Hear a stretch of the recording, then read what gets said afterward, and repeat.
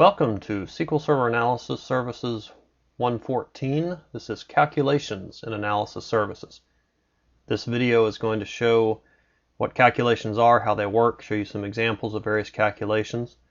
I'll be using SQL Server 2005 or specifically BI Dev Studio 2005 for most of this. However, everything I show you the same applies for 2008. A couple of minor differences, and I will point those out, but nothing major. So with that, let's jump in and take a look at calculations.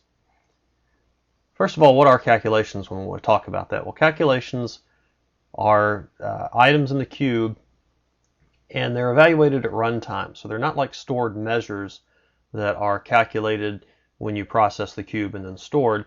These are actually processed or evaluated when you perform a query. And there are three types of calculations to talk about. The first is calculated members, and I'll show you several examples of that. There are named sets, and then there are script commands, which normally you use for the scope statement, and so those are often just called scopes or scoped assignments, various terms for it.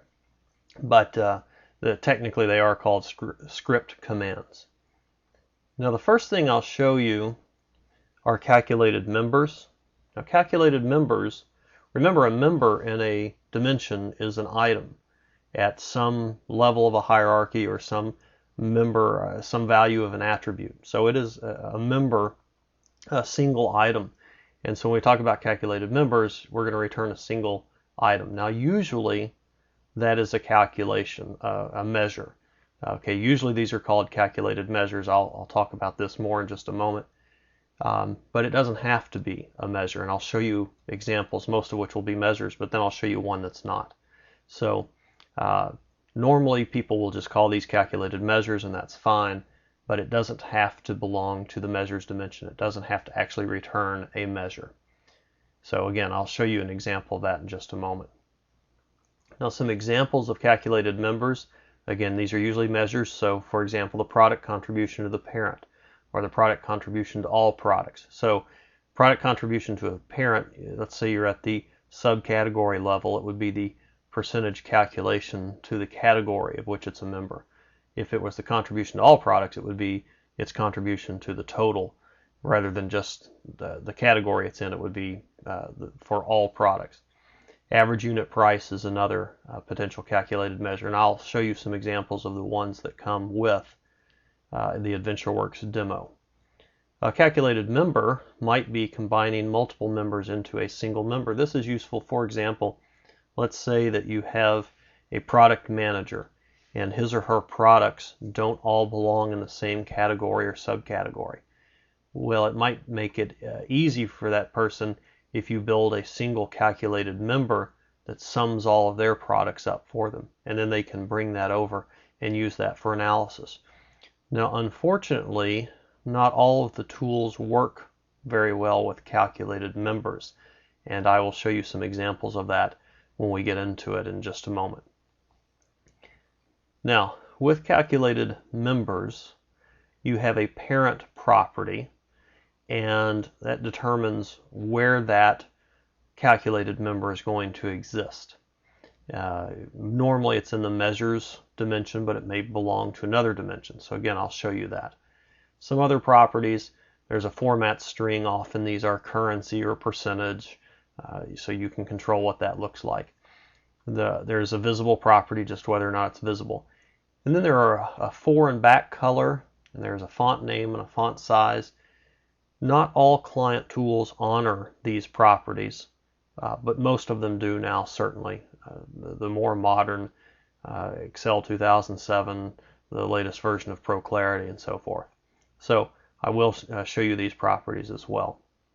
Now, in 2005, BI Dev Studio 2005, there is an associated measure group and a display folder property, but they're hard to find in 2005. In 2008, they're with all the other properties, so they're much easier to find. But I will show those to you here in just a moment.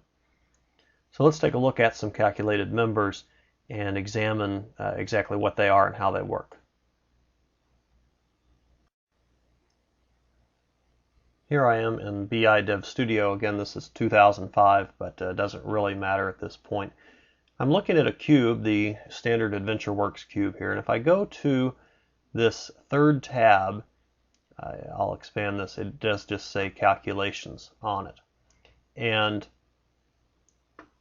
on the calculations tab, you have a couple of ways of looking at this. First of all, what you have over here in the script organizer, you have several items. You can have calculated members, which is identified by the little calculator with the kind of gold asterisk on it. Then you have curly braces, and that is for a name set, which we'll get to in a moment. And then, of course, you have the script command, the three things that you can have in the calculations. Well, notice over here, for example, I have internet gross profit. And if I highlight that, this shows the name of the calculated measure. This is the parent hierarchy and parent member. Those are the parent properties that I mentioned. But this just identifies what hierarchy does this belong to and measures. We treat it like a dimension, but it can have a name hierarchy here. So this is just saying that this belongs to the measures dimension. Then you have the expression, the actual calculation. Now, obviously, this one is very simple. It's simply internet sales amount minus the internet total product cost. So one measure minus another, very simple. Then you see some additional properties. You see the format string is set to currency. It is visible. There's a non-empty behavior property. Won't worry about that. And then you have the color expression for the fore color and the back color, and again the fonts, the font name, the font size, and any flags with it. So these are the properties, and this is just a form that you can fill out. Creating a new one, you give it a name, and I'll do that in just a moment, and build a simple calculation and set some properties. This is very useful for creating calculated members, but it really masks that this whole thing is just a simple script. So up here on the toolbar, the second option is a script view, and if I switch to that, you'll notice that all it's really doing is writing a little bit of code. So for example, here it is. It's doing a create member, and then current cube.measures internet gross profit as, and so this is just an MDX expression, internet sales amount minus internet total product cost, and then it's setting some properties. Format string to currency, sets the non-empty behavior, and that's it. No other properties were set. And you'll notice scrolling down through here, that's what most of these things are. So I'll scroll part of the way down, and here's a slightly more complex one, the internet ratio to parent product as, and then there's a case statement. So for example, this one says if we're at the, we're in the hierarchy called product model categories. And if the current member.level.ordinal equals 0. So in other words, when you have a multi-level hierarchy, each one has a number. And of course, the top level starts with 0. So if we are at the 0th level, the top level, then simply return 1. In other words, it's 100% because we're looking at the all level. Otherwise, we take the internet sales amount and divide it by the internet sales amount at the parent of the current member. So we're on a particular product, we take its parent number, we simply divide the internet sales amount, the current one, by the parent's number, and then we get the internet ratio to parent product. So that's just showing these calculations can obviously be a little bit more complex than just a simple addition or subtraction. Here we have a case statement. You can have case and nested immediate ifs and call all other kinds of functions. So these can be much more complex. I'm going to go back to the form view for a moment. You see this is the same calculation just in that form view. A calculation can refer to another calculation. It just depends on the order in which they are here in the script. So if I were to add a new calculation that referenced, for example, internet ratio to parent product, it would just have to appear below that in the script. Doesn't matter where specifically, as long as it's after it. Then it would be able to see that particular calculation. So to create a new one, obviously there's no magic here. I'll just click on this and it's asking for a name, and I'll just call this my calc. It really doesn't matter here. I'm going to calculate something that actually is already in the cube. But again, what do I want to assign this to? Measures. And now I can come over here and I just need to reconnect. And I can see a list of, for example, all my existing measures. So I could easily say something like internet sales amount. And notice I just did a drag and drop, and I can say plus, and I'll choose the reseller sales amount. And both of these are currencies, so I will choose to make this a currency type. It is visible. I'm not going to worry about the non-empty behavior. And now at this point, I'll deploy and pause while this is actually deploying, and then show you what this looks like.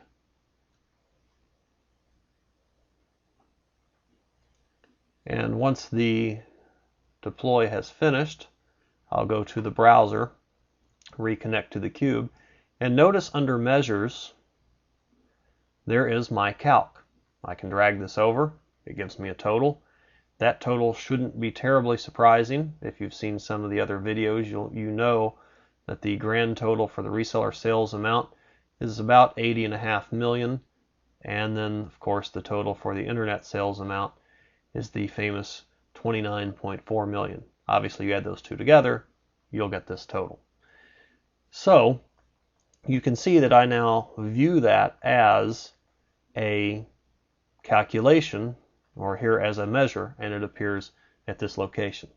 Now let me go back for a moment to the calculations, and notice that in 2005 I can't tell it on the form view what measure group to put it in. Right now it's not in any measure group, it's just kind of floating out here by itself under measures.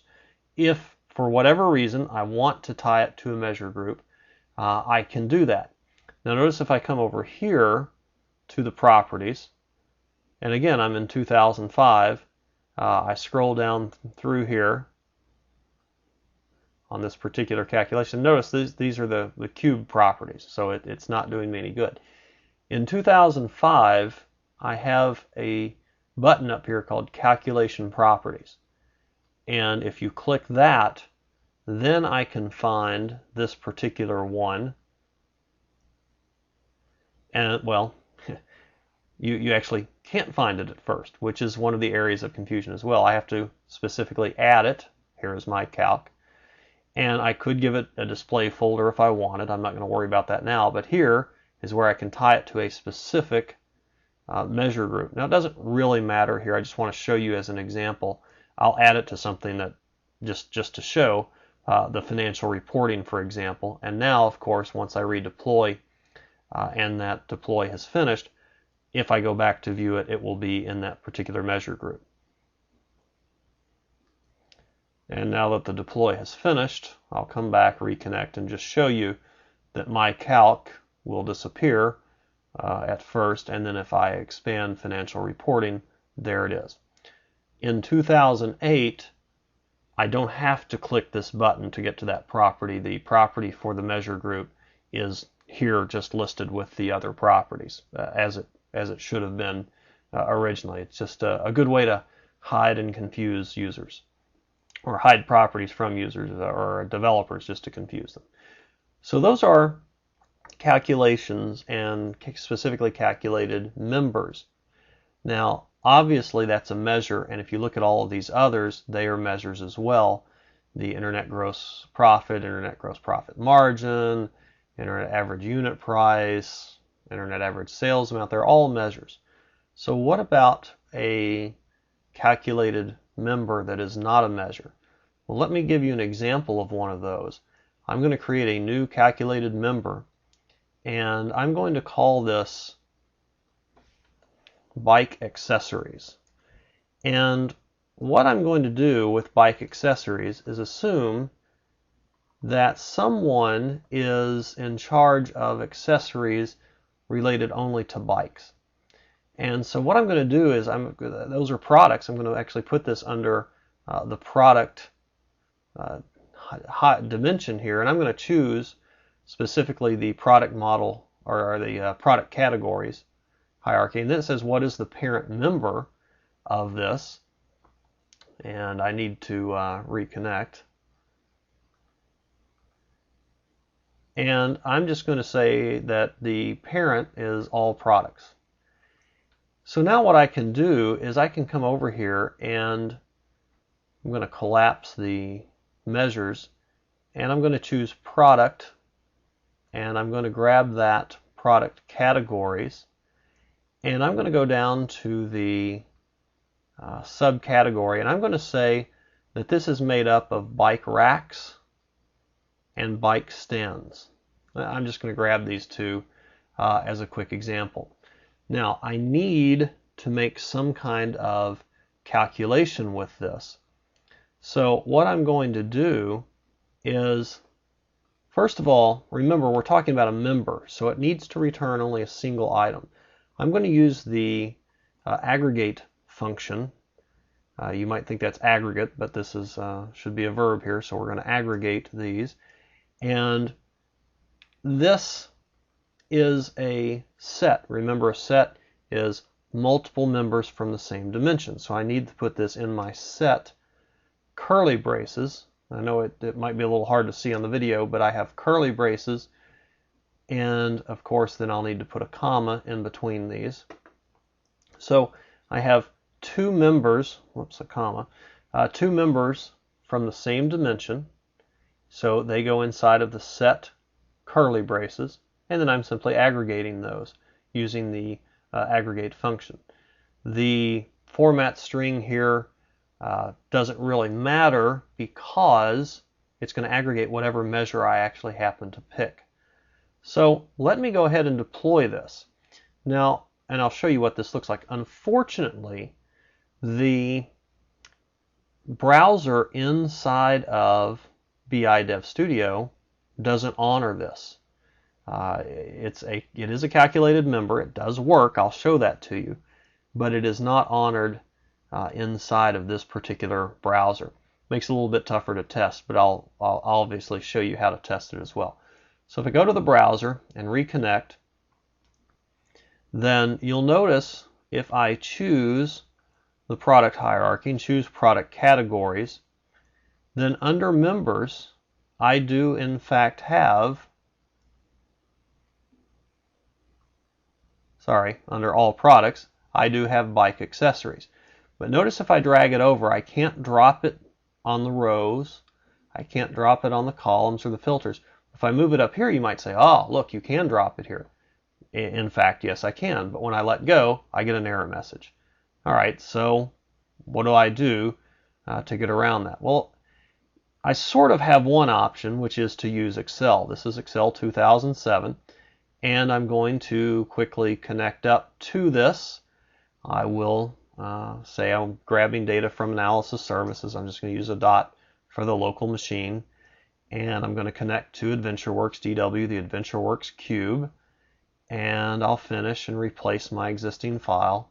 I'll place it on the screen, and notice if I come over here to the product dimension, I see product categories. I can expand this, and notice right now I don't see that at all. I can try to expand this and see the list, but I don't see it. Well, there's an option here in Excel 2007 that if you open it up and go to display, you say I want to see calculated members from the OLAP server. I click OK. I come back and notice I still don't see it. But now here it is in the list. I don't see it over here in the list, but when I expand this, I do see it here. So if I choose this, then at this point I can add this to the row labels, and I notice I do see bike accessories here.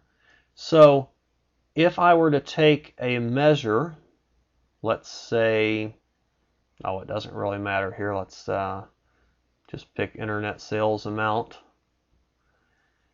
Then you'll notice, of course, there's no formatting being applied right now because, again, I could choose a different measure and it wouldn't necessarily be currency. But notice the total here is 78,951. And if I were to expand on accessories at this point and add up bike racks and bike stands, that looks like it would probably add up to 78,951. So, so far so good at this point. Now, I also have the ability, I think a little bit cleaner way to see it might be inside of ProClarity. And just to show you, inside of ProClarity here, I will connect to that particular cube. This is the ProClarity desktop client. I will open the cube for browsing, connect to my local machine, use the AdventureWorks, and just so you can see, I'll get rid of accounts here. I will take the product, and that's not the one I want. I want product categories. I'll take product categories, and I will say that in this case I want bike accessories, and apply that, and it changes in this case to for all periods to the 19773. Now you might say, well, that's not the same value I had before. Well, I'm looking at reseller sales right now. Let's go in and change that to the internet sales amount, and it's back to the 78951. Notice here it does have a nice currency format because the two measures that make it up, or the measure that I'm using, has that, so it simply flows through into the bike accessories. So that's just an example of a calculated member that is not a measure. You'll notice it takes on any measure that I have. I could easily change this to the internet tax amount, for example, and it changes the value accordingly. So that is a calculated member that's not a measure. All right, back to the slides. So a calculated member returns a single item, multiple things potentially reported as a single item.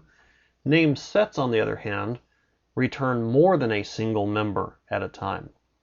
So just as you have a member or a measure that's a single item, now a named set might return multiple. For example, I might have a set named top 25 selling products, and that will be one item in my dimension, but if I bring it over, it automatically breaks it out into those 25 products.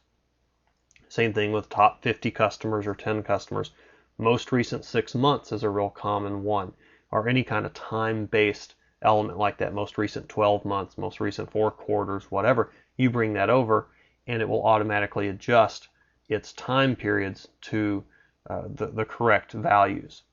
The core product group. Now this may be a static one that you define ahead of time, that these particular product groups are considered core, and you just build that list and it's done. So these lists can either be dynamic, which means they're evaluated on every query, or they can be static, you just set it up ahead of time.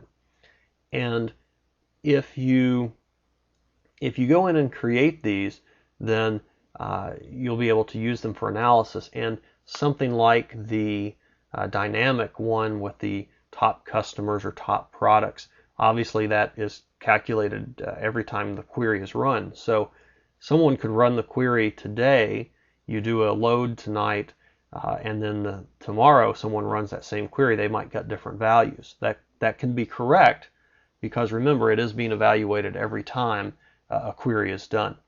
So let's go in and take a look at some examples of some of these named sets. So back on the Calculations tab, if I scroll down just a little bit, you'll notice that it then gets into some named sets. And so, for example, they have a new product models fiscal year 2002, 2003, 2004. Well, if I click on these, it's a little bit hard to see all the code, but I'll change that in just a moment. Actually, on these it's easy, but some of the longer ones you don't get as large a window.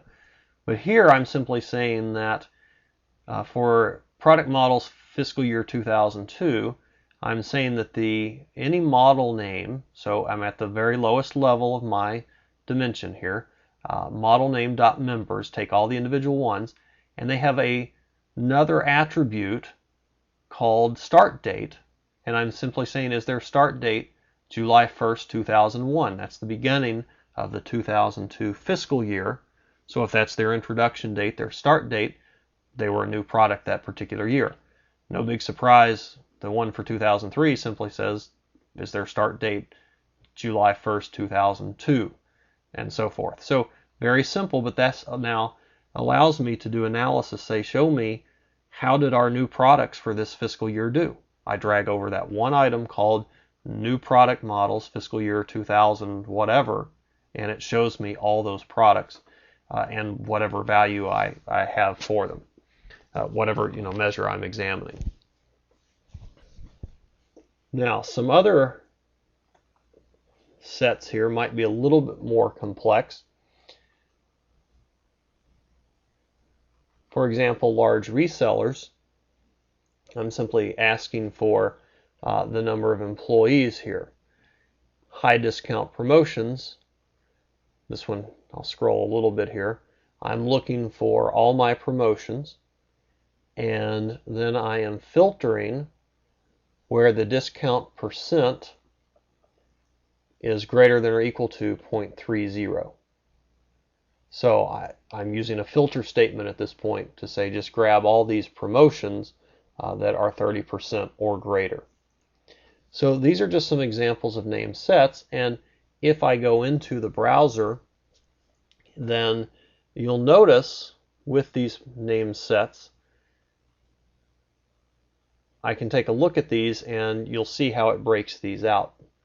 So for example, actually I'll stay here in product, and you'll notice that there is a sets folder, and if I expand this, this has those, for example, new product models, fiscal year 2002. So let me drag this, and again, this is one of those things, first of all, let me clear this, where this particular browser, if I bring it over, notice I can't drop it in the rows or the columns, but I can drop it up here and it filters this out for me.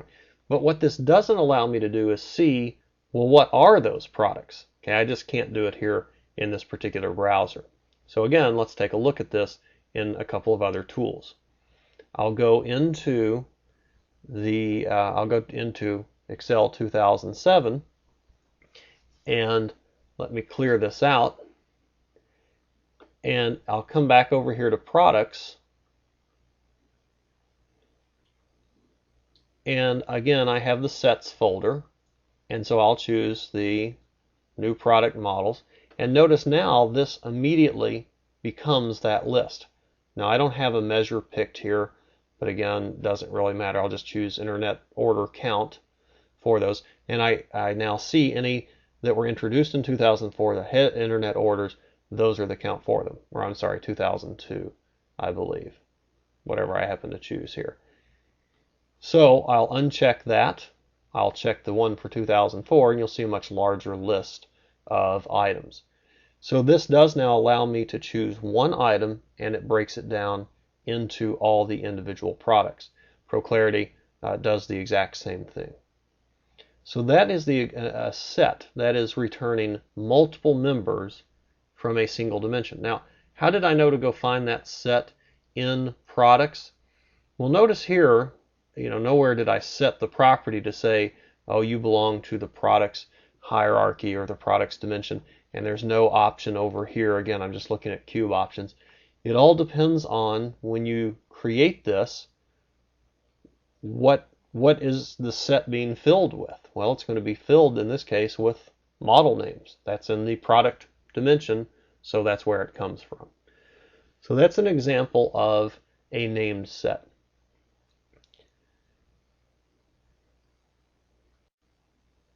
And finally, I have a script command, which I'm just going to call the scope statement, because that's normally what you use it for here. And the scope just specifies what's called a subcube, just a part of a cube. And you're applying calculations only to a part of the cube. So a couple of examples, and I'll show you the AdventureWorks example, which is this first one. To automatically forecast values for a future date based on history. So Even though the data doesn't exist in the cube, if the user is browsing that and they're looking for a forecast, it takes a previous actual value and just calculates what the forecast should be. Another one is performing a calculation for a calculated member differently depending on where you are. I actually had a client that was doing this. If they were looking at the month level, they needed to calculate it differently than if they were at the quarter level. And the quarter level needed to be calculated differently than at the year level. Now, it was just because of what they were dividing it by. They just needed to be able to switch that around. But it was easy for them to, in a scope statement, say, okay, if I'm at this level, calculate it one way. If I'm at another level, calculate it a different way. If I'm at yet another level, calculate it yet a different way. So let's go in and take a look at an example of what this scope looks like. Now with scopes, this is one place that the form view of working with these doesn't exactly work too well. So let me scroll down, and for example, here's the beginning of a scope. And if I show that, notice it just switches to script view anyway, but I only see pieces of it at a time. So if I choose this one, I see this parallel period, and then I come down here and there's a little bit of a scope, and then another this by itself, and here's an end scope by itself. Obviously, this is not the best way to look at it. So I'll just switch to the script view, and here is the scope, and it's just a little bit easier to see. And this, again, is a sales quota allocation, and it's really fairly straightforward. Notice it says allocate equally to quarters in the second half of fiscal year 2005. So what it does is what I'm saying here in the scope, I'm saying, first of all, I'm in fiscal year 2005, and if you're at the quarter level, so the members of the quarter level for 2005, and if you're looking at the sales amount quota measure. So that's the piece of the cube I'm interested in, only the quarters of 2005 and the measure sales amount quota. If that's the case, then I use the parallel period function right here to go 1, which is a year. So I say go to the fiscal year, go back 1, grab whatever that value is and multiply it by 1.35. So I'm simply saying go back a year to whatever quarter you happen to be examining, take the actual value there and multiply it by 1.35. So I'm forecasting or giving a quota of a 35% increase over the same value last year. Now, I'm only doing that at the quarter level. But what happens if the person now goes down to the month level? Well, yet another scope, and I'm going to allocate equally to the months. Now, this is actually in 2002, but I'm simply taking the fiscal parent number. So if I'm at the month level, the parent would be the quarter. So I just divide that by 3. That takes that quarter number and allocates it down into the months. And then there are some additional calculations down here for allocating to remaining months. But again, the point of this is I can say for this particular piece of the cube, this is the way I need you to calculate a particular value. So that becomes a very powerful concept. It also takes a lot of learning. There's a fairly steep curve here. And in this calculations video, I don't want to teach you a lot of MDX. There are separate videos for MDX. I want to teach you the concepts behind this because obviously these are very powerful. Now, one of the things that I will remind you about is one of the best practices is if you have a simple calculation that you can put in the DSV, you should do that over putting it as a calculation here. Because if it's in the DSV, Analysis Services thinks it's an actual number and then will store it as a physical number and can build aggregations on it. These calculations that you have here are calculated at runtime, so there are no aggregations built on them. They're not stored as physical numbers, and therefore the performance is going to be less than if you can physically store the number. Now, the reason you have these calculations is a lot of times you can't do some of those calculations ahead of time. This is the only way to do it. So just be aware of what's going on with these calculations. So, in summary, Remember, there are three things that you're doing with calculations. First of all, you have calculated members. They return a single value, usually a measure, and they're often just called calculated measures. You also have named sets that are going to return potentially 0, but usually more than one member for a particular dimension. And then finally you have scripts, or the scope statement, that allows me to take a part of the cube and say, when someone is looking at this particular combination, I need you to calculate it this way. And that calculation only applies to that particular intersection of dimensions. And with that, that is calculations in the cube. Thank you.